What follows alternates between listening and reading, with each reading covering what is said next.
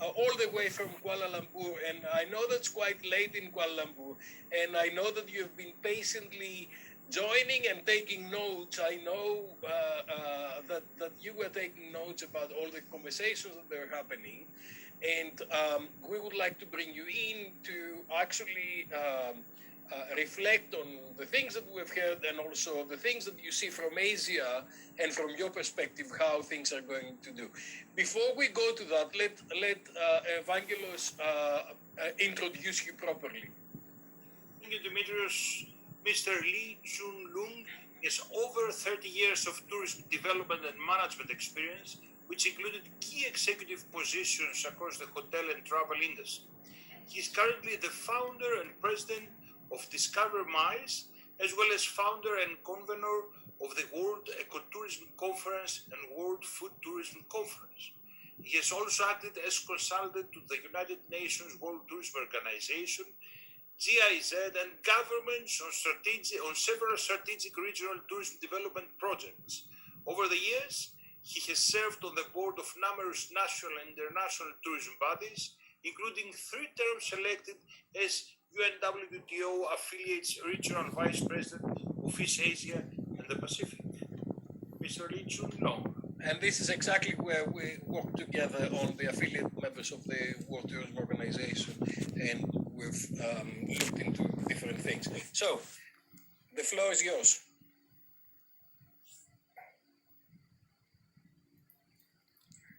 Thank you very much, Professor Evangelos and Professor Dimitrios, for the kind introduction, and thank you for the opportunity to participate in this important discussion.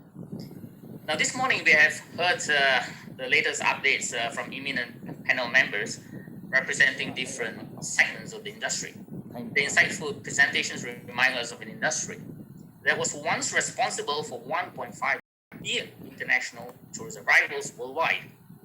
In 2020, a 74% drop was recorded, and $1.3 trillion of tourism exports was lost. The entire global tourism industry was brought to its knees. But the industry was also responsible for the global outbreak of COVID-19, when infected travelers flew across borders carrying the virus with them. The consequential impact across the global tourism sector arising from this tragic event, of course, has already been reported and confirmed by Alessandra of UNWTO and Mario Parra.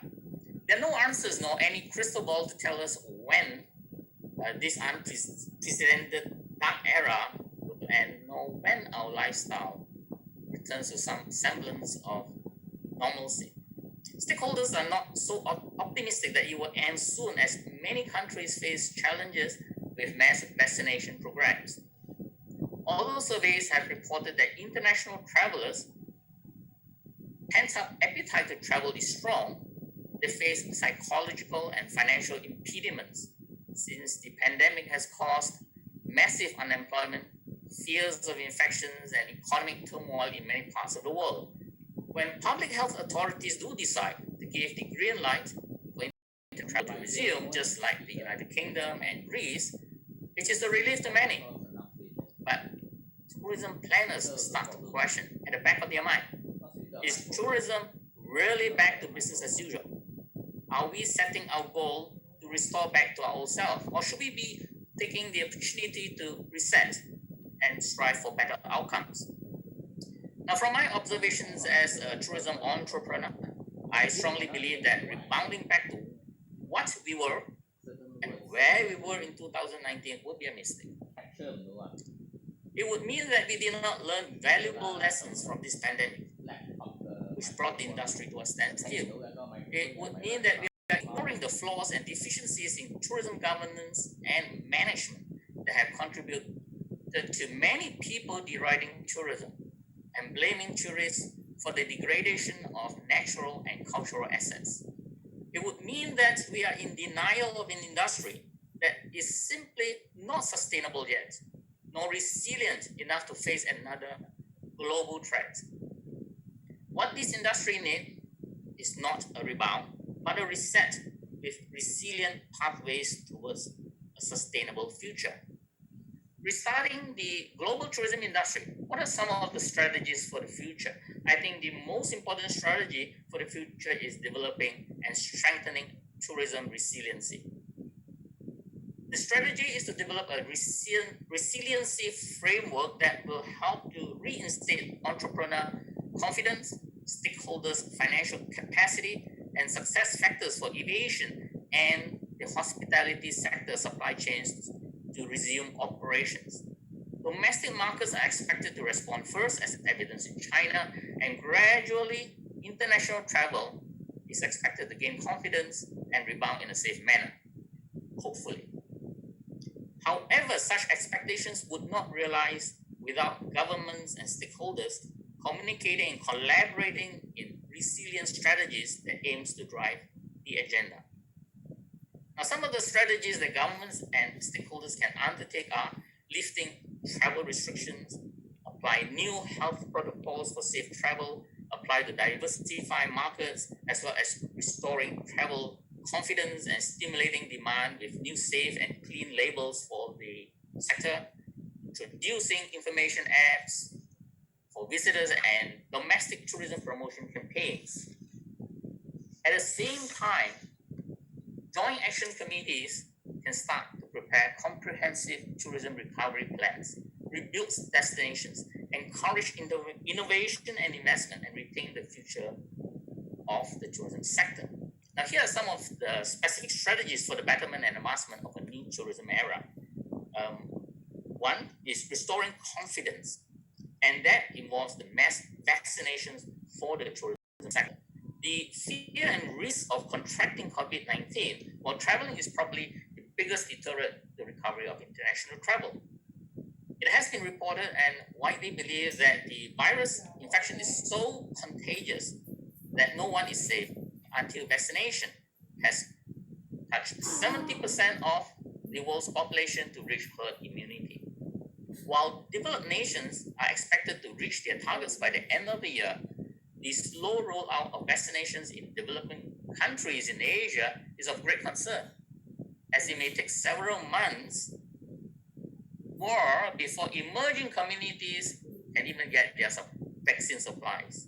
For this reason, the global tourism sector will most likely see earliest tourist traffic rebound only in the developed countries this year. The other strategy that stakeholders should consider is developing COVID-19 travel insurance policy. Stakeholders need to be aware that travel insurance, which covers COVID-19 treatment, may become a necessity for travelers in future. It may be just a piece of paper, but travelers expect that such insurance available, and some countries have already mandated this as a prerequisite before entry. Reopening borders.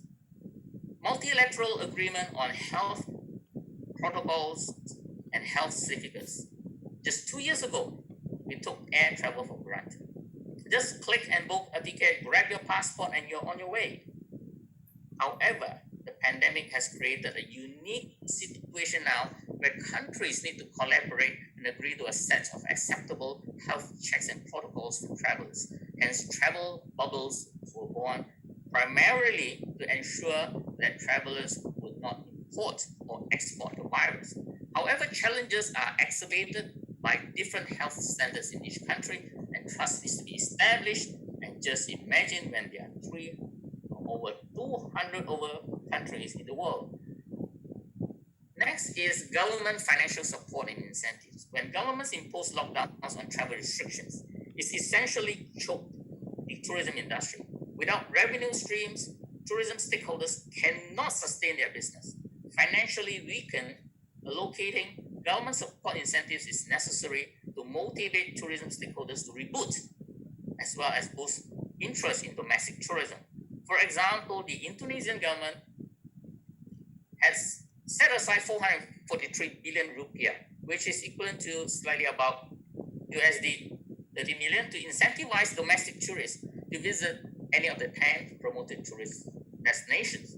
The South Korean government has provided financial support to the domestic tourism industry to stabilize employment amid the fallout from the pandemic. Essentially, it is feeding financial aid to create and retain jobs. The Malaysian government allocated 138 million US dollars in the form of travel discount, vouchers, tax relief, and increased promotional support. Another important strategy is the investment in digital technology applications.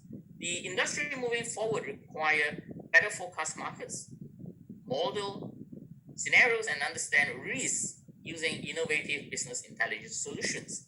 Data analytics is required to monitor changes in consumer behavior and assist in destination management and marketing. Since there's a transformation in the industry, reskilling human capital and transforming hospitality operations is essential. Today's hospitality is being transformed into a 100% digital technology-enabled industry powered by online, mobile, cloud, IoT tools and applications. Digital technology is making its way into every aspect of the industry. And to prepare for the transformation, strategic action plans needs to skill human capital. Strengthening domestic tourism, as we've heard a lot this morning, curation of domestic tourism experiences.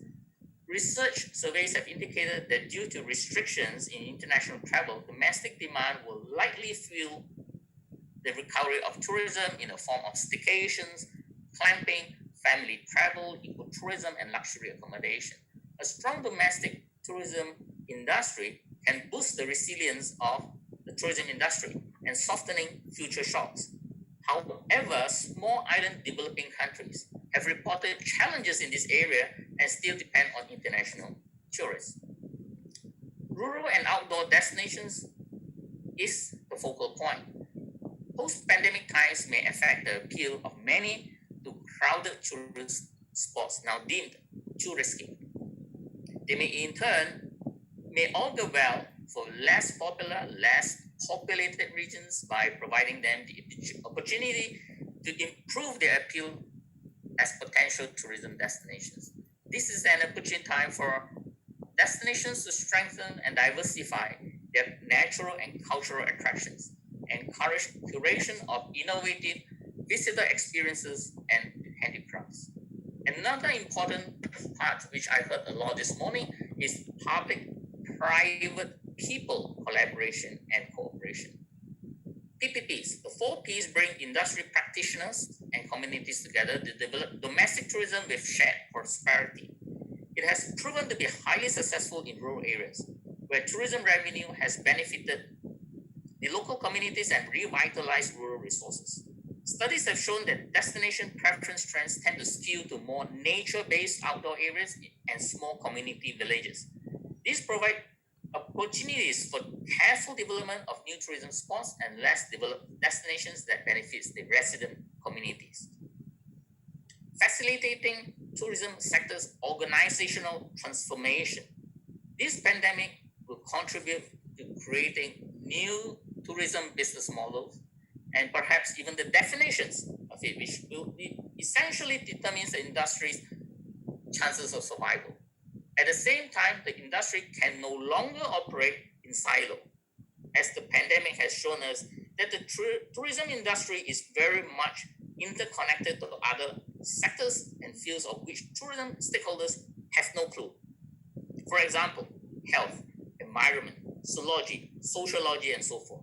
The next normal in the tourism sector will need to incorporate different disciplines in their businesses and services. So what's next is transforming stakeholders to be conscientious of sustainable practices and promote respectful tourism. A conception to instill respect of host communities' culture, traditions, and customs when traveling, in line with the catchphrase, travel, enjoy, respect. The strategy is promoting a knowledge-based and data-driven industry through partnerships between academicians and tourism practitioners.